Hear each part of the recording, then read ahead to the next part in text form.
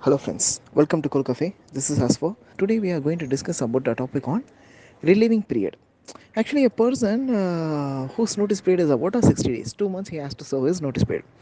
But unfortunately, he is been relieving on his 35th day itself.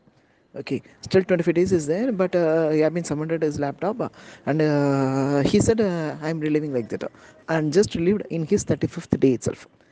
But from HR side, there is no confirmation, and his relieving was also not updated in the software.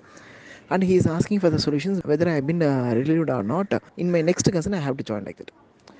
Many HRs people have been suggesting is whatever the notice period you have to follow.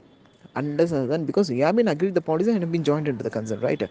Then why at the time of relieving you have been in a pushing stage? You have to go in this date like that. Not at all. In the starting day itself, on the day one itself, they haven't shown the policy. This is the policy. At the time of relieving, you have to serve a minimum of 60 days. 60 days or 90 days, whichever according to the company policy. If they set means you have to do. Because what his point is, I have been submitted my laptops and everything. Officially, I can't able to do any work. But still, my name is on the roll. What should I have to do like that?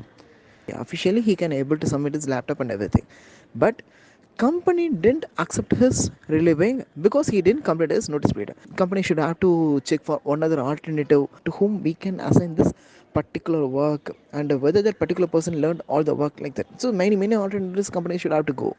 So company won't rush up according to the individual's point of view. 60 days means 60 days is the time. Whatever individuals do, whatever individual have been submitted the documents, submitted the ID card, whatever you have been done, 60 days is the formal notice period. After 50 days only your relieving get accepted, and once again it's up to the HR and your manager's decision, not about the individual employee's decision. That's very much clear from many HRs. And once again that particular individual asked, sir, here joined as a fresher. Here it's about only 6 months I've been worked. I got one other new offer, whereas in this new offer I don't need my experience letter. I don't need my experience letter. So, and moreover I have to join immediately. I can't able to be here for 2 months like that. I have to be there within a month. So that's why I've been submitted the laptop and everything, whether I can able to join in the company or not. Once again what the HR people said is, whether I've been joining into that particular company or not, that's up to your point of view. From here you are not properly relieved, so it will create as a black mark on any of your certifications or any of your industry point of view.